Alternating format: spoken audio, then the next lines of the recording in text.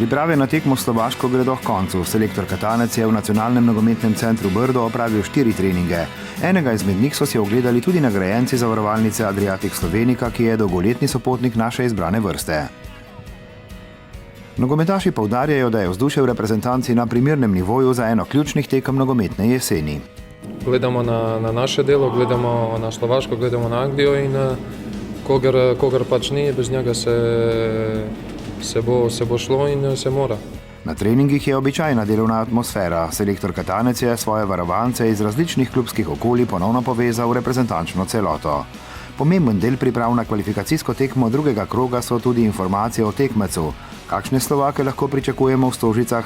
Vemo, da so zelo agresivni zgoraj in pač imajo dobre isto posameznike, tako kot mi, tako da sem rekel, že ta tekma pač kdo bo prvi zabil, bo imel lažje delo potem v nadaljevanju srečanja, tako da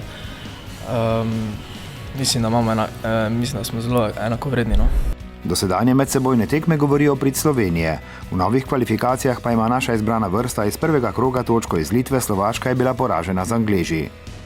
Selektor Katanec bo zadnji trening opravil v Stožicah, ko bo že znana tudi začetna enajsterica. V taktičnem načrtu so seveda tudi igralci s klopi. Mogoče bo bolj pomemben tisk, ki pride iz klopi noter v igro, ki bo dal 5 minut, pa lahko reši tekmo. Pač vsi fantje, prvi jaz načelo moramo biti pripravljeni, ali začne iz prve, ali pa pride iz klopi noter. Moramo biti pozitivni in moramo razmišljati samo na pozitiven rezultat. Ki bi lahko bil tudi izjemna naložba za torkovo tekmo z Angleži, ampak danes so vendarle v ospredju samo Slovaki.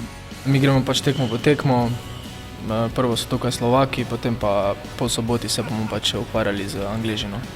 Pred našo reprezentanco je torej naslednji v seriji izzivov na poti vračanja na svetovni nogometni oder.